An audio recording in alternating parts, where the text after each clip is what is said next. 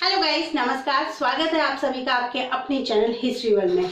गुप्त साम्राज्य यहाँ पर गाइस हम डिस्कस कर रहे थे और गुप्त साम्राज्य कंप्लीट होने के बाद में आज हम करने वाले हैं गुप्त साम्राज्य से रिलेटेड क्वेश्चन, वो सभी क्वेश्चन जो आपके हर एग्जाम में कहीं ना कहीं पूछे गए हैं। तो चलिए शुरू करते हैं।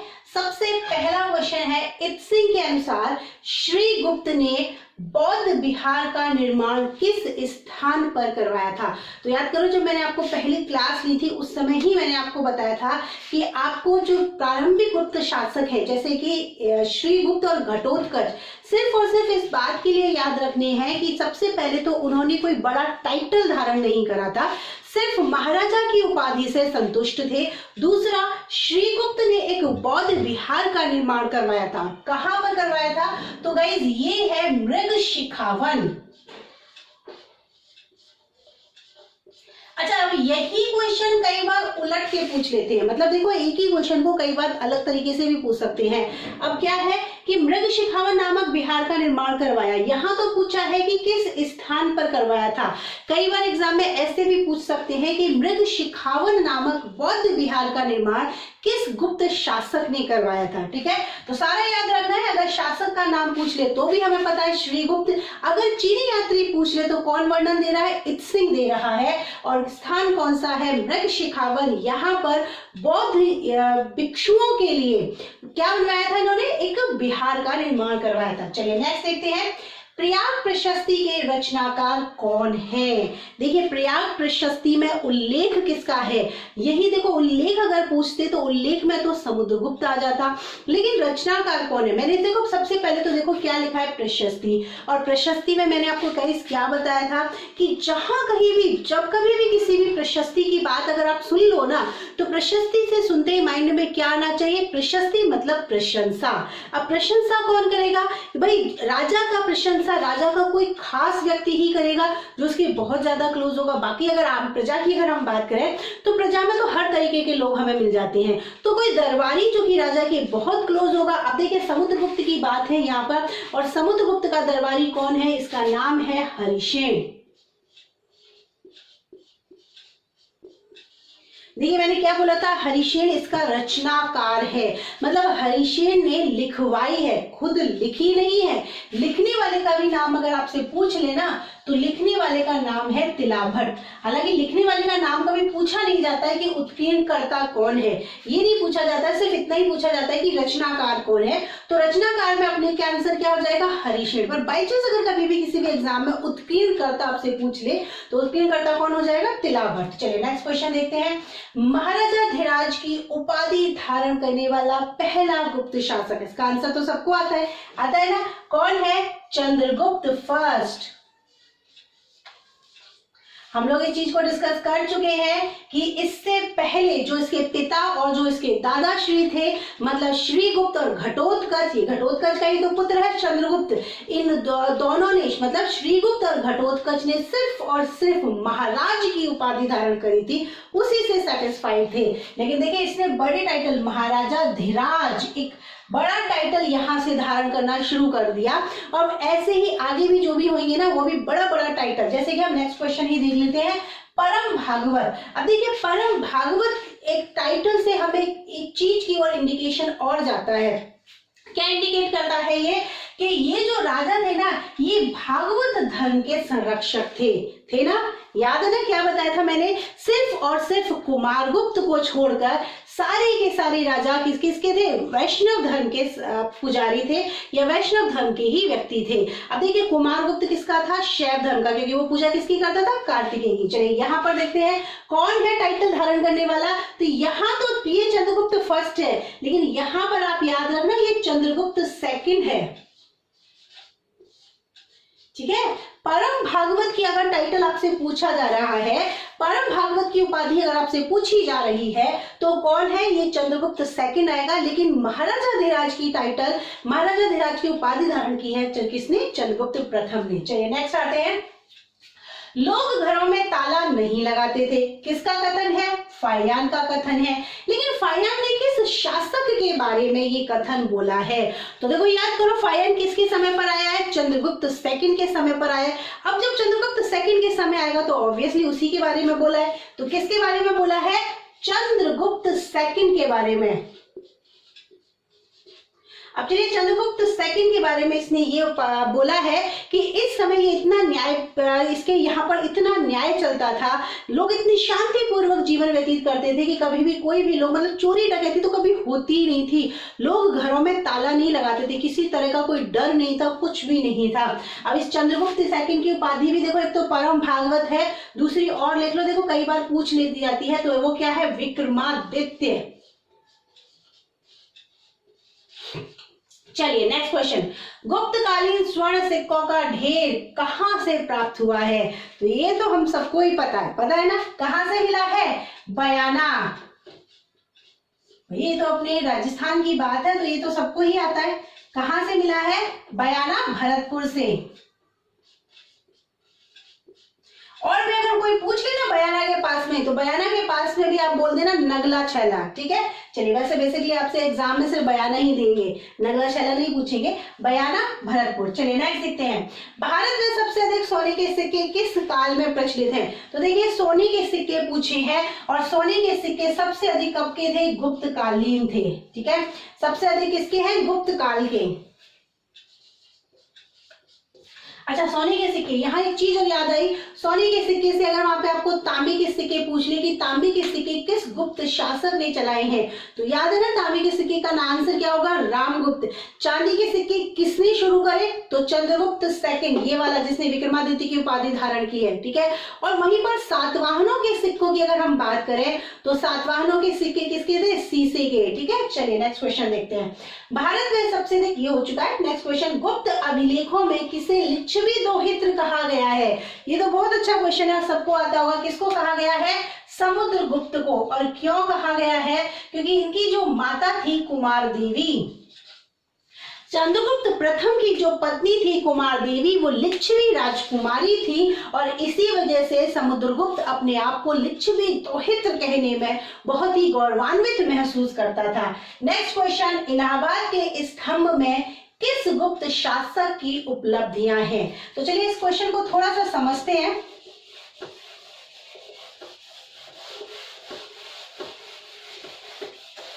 देखो मैंने आपको पहले भी बताया था, लेकिन जब मौर्य काल पढ़ाया था ना उस समय बताया था, ये अभी की बात नहीं है। मैंने आपको क्या बताया था कि ये एक अभिलेख है किसका? अशोक का, ठीक है। कौन से स्थान पर है? ये कौशाम्बी में है, ठीक है। कौशाम्बी में ये अभिलेख है किसका? अशोक का है, मौर्य सम्राट अशोक की बात हम यहाँ पर कर रहे हैं। अब इसी अभिलेख को, जिसको रानी का अभिलेख भी कहा जाता है, जिसको इस अभिलेख को क्या करा गया था? इस अभिलेख में रानी का अभिलेख, क्योंकि इसमें कारुवाकी और तीवर का उल्लेख है, अशोक की एकमात्र रानी और अशोक का एकमात्र पुत्र का उल्लेख है। चलिए बात क्या कर रहे थे, इस अभिलेख को सम्राट अकबर लेकर आया, कहां पर? इलाहाबाद में। कहां लेकर आया? इलाहाबाद। लाने वाला कौन है? अकबर, ठीक है। तो इस अभिलेख को लेकर कौन आ गया? देखिए अशोक का मूल अभिलेख अशोक का है, जो कि कौशाम्बी में है। इस अभिलेख को अकबर ने मंगवाया है, इलाहाबाद में इसको रखवा दिया, और इस अभिलेख पर ही उत्कीर्ण है प्रयाग प्रशस्ति। भाई देखो ये वाला जो अभिलेख है ना, इसमें बहुत कुछ है। और ये प्रयाग प्रशस्ति किसके बारे में अभी डिस्कस किया था? किसके बारे में है? समुद्रगुप्त के बारे में। तो भाई किस गुप्त शासक की उपलब्धियां इस पर उत्कीर्ण हो गई? समुद्रगुप्त की। चलिए देखिए कौन कौन इस अभिलेख से संबंधित है, यहां भी देख लेते हैं, क्योंकि कई बार और भी क्वेश्चन इससे पूछ लिए जाते हैं। एक तो अशोक हो ही गया, क्योंकि भैया मूल अभिलेख तो अशोक का ही है, इसलिए अशोक तो हो है ही। दूसरा प्रयाग प्रशस्ति किसकी है? समुद्रगुप्त की है, तो समुद्रगुप्त भी इससे संबंधित हो गया। तीसरा देखो इसी अभिलेख पर हमें जहांगीर का लेख भी प्राप्त होता है। तो मुगल शासक अगर पूछ ले तो जहांगीर याद रखना, इस अभिलेख पर हमें जहांगीर का लेख भी प्राप्त होता है, ठीक है। चलिए नेक्स्ट क्वेश्चन पे बढ़ते हैं। चंद्रमा पृथ्वी के चारों ओर घूमता है, ठीक, पूरा क्वेश्चन ध्यान से पढ़ना। चंद्रमा पृथ्वी के चारों ओर घूमता है और पृथ्वी सूर्य के चारों ओर घूमती है, यह कथन किसका है? देखो माइंड में सबके आया होगा आर्यभट्ट, आया है ना आर्यभट्ट, लेकिन ये बच्चों आर्यभट्ट का आंसर नहीं है, ये स्टेटमेंट आर्यभट्ट का नहीं है, ये स्टेटमेंट है वराहमिहिर का।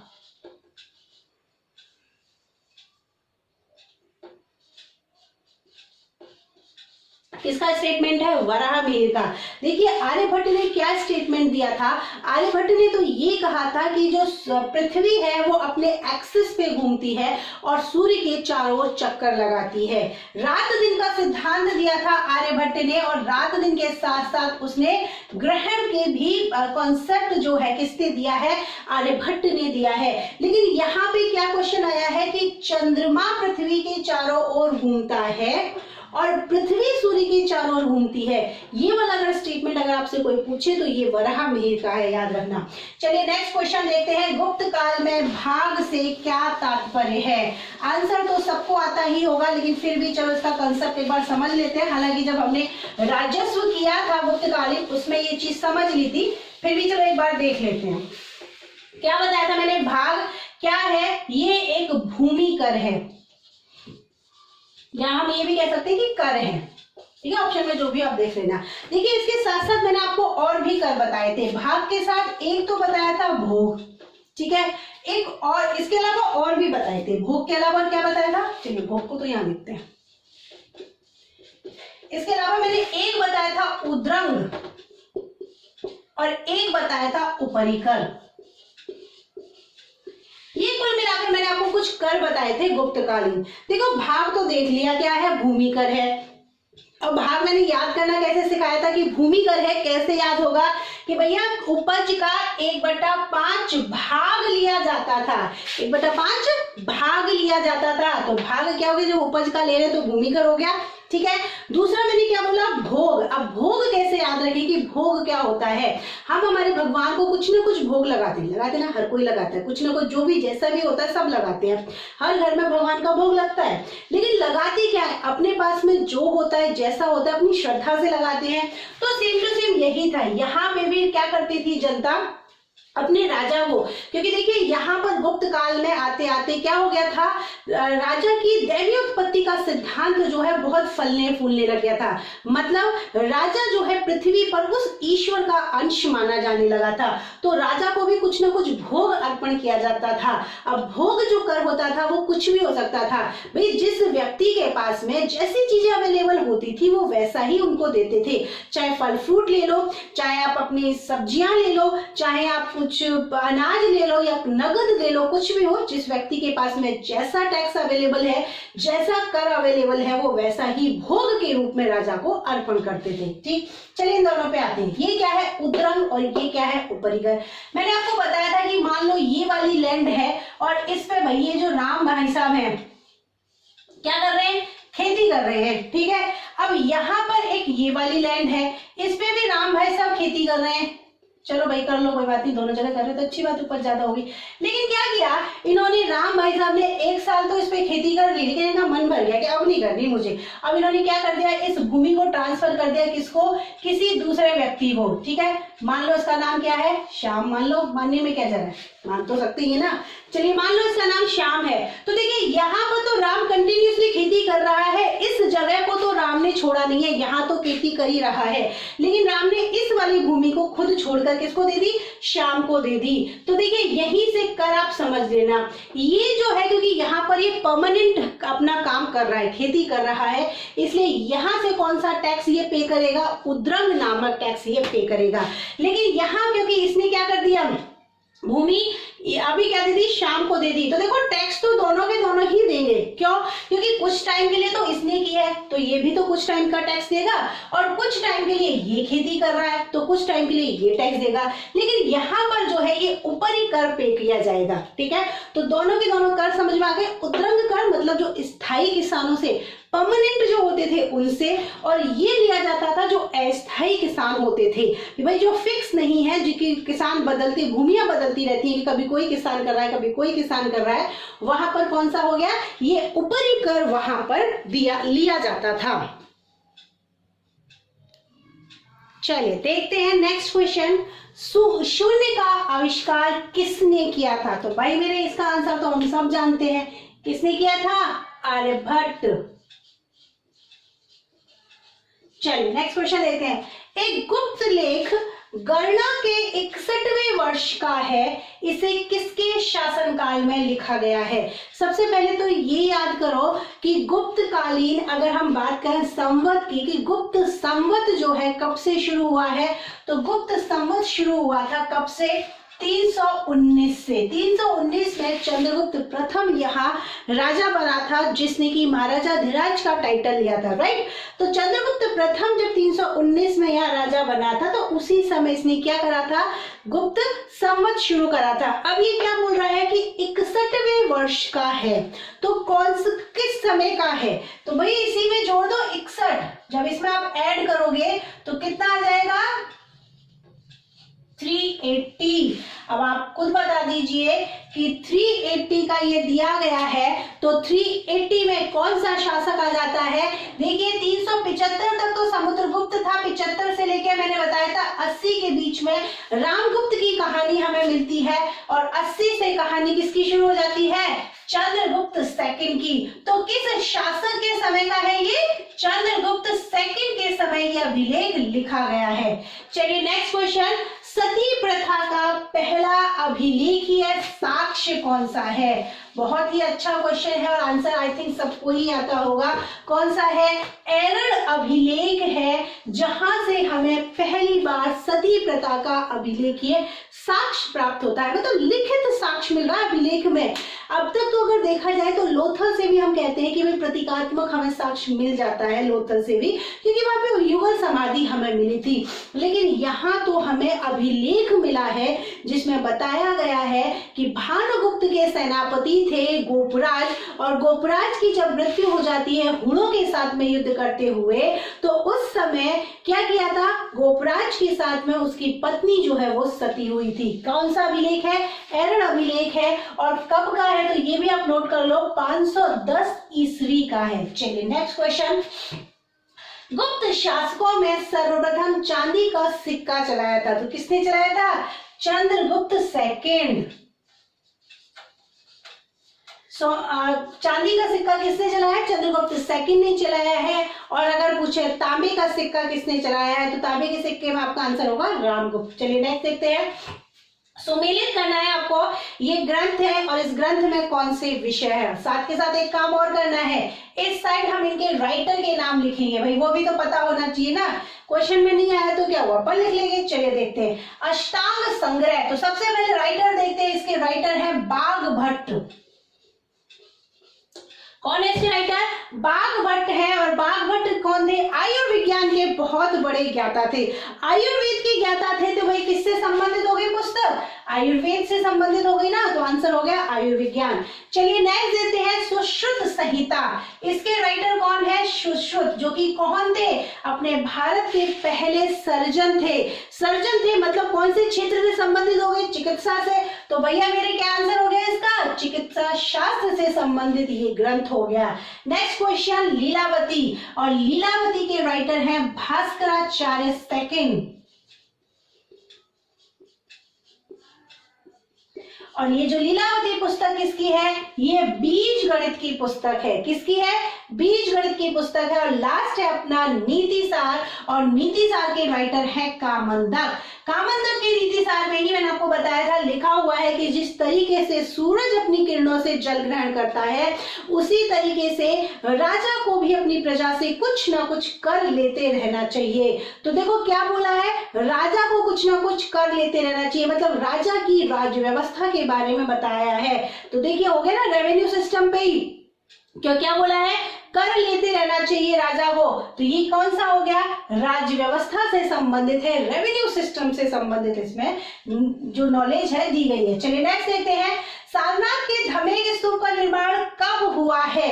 तो देखिए सारनाथ के धमेक स्तूप का निर्माण गाइस गुप्त काल में हुआ है। अब इस स्तंभ को हम धमेक स्तूप क्यों कहते हैं? तो देखिए धमेक स्तूप कहने का कारण ये है कि ये जो स्तूप है ये जमीन पर बना हुआ है। इससे अलावा हम दूसरे भी स्तूप अगर देखते हैं ना, तो वो जमीन से ऊपर चबूतरे पर बने हुए हैं, लेकिन ये एकमात्र ऐसा स्तूप है जो कि जमीन पर बना हुआ है, इसी वजह से इसको धमेक स्तूप कहा जाता है। चलिए नेक्स्ट क्वेश्चन देखते हैं, गुप्त काल में स्वर्ण और रजत सिक्कों का अनुपात क्या था? तो 1:16 1:16 ये यहाँ पर अनुपात था, 1:16 अनुपात 16, मतलब एक सोने का सिक्का जो है 16 चांदी के सिक्कों के बराबर था। चलिए नेक्स्ट, समुद्रगुप्त के समय कांची का राजा कौन था? कौन था? विष्णुगुप्त। देखो यही बाकियों के आंसर नहीं पूछे जाते हैं, बाकी के जो राजा थे दक्षिण के, उनके क्वेश्चन नहीं पूछे जाते, लेकिन इसके क्वेश्चन बहुत पूछा जाता है कि भैया ये जो विष्णुगुप्त था कहाँ का राजा था, या फिर ऐसे जैसे इसमें लिखा हुआ है कि कांची का राजा कौन था। ठीक है, चलिए नेक्स्ट, गुप्त काल में सोने के सिक्कों को क्या नाम दिया जाता था? तो ये तो पता ही होगा, क्या बोला जाता था? दीनार। वैसे तो देखा जाए, देखो आप ये मत समझना कि हर काल में दीनार ही कहा जाता है। मौर्य काल की अगर हम बात करें तो वहां पे काशार्पण कहा जाता था। तो आप हर ये मत समझ लेना कि भैया सोने के सिक्के जहां पर ही आए हैं वहां पर हम क्या बोलेंगे, उनको दीनार ही बोलेंगे। दीनार हर जगह नहीं बोला जाता था, जैसे कि मौर्य काल का एग्जांपल मैंने आपको बता ही दिया। तो ये कुछ इंपॉर्टेंट क्वेश्चन थे जो एग्जाम में कई बार रिपीट हो चुके हैं। मिलते हैं कल गाइज अपने नेक्स्ट वीडियो के साथ में, कुछ एक नए चैप्टर के साथ में। अगर ये वीडियो आपको पसंद आया हो तो वीडियो को लाइक कीजिए, दोस्तों के साथ में शेयर कीजिए, चैनल को सब्सक्राइब कीजिए और हाँ, बेल आइकन को प्रेस करना ना भूलें, जिससे आने वाले वीडियोस की नोटिफिकेशन आपको मिलते रहे। मिलते हैं कल, till then thank you so much, bye bye.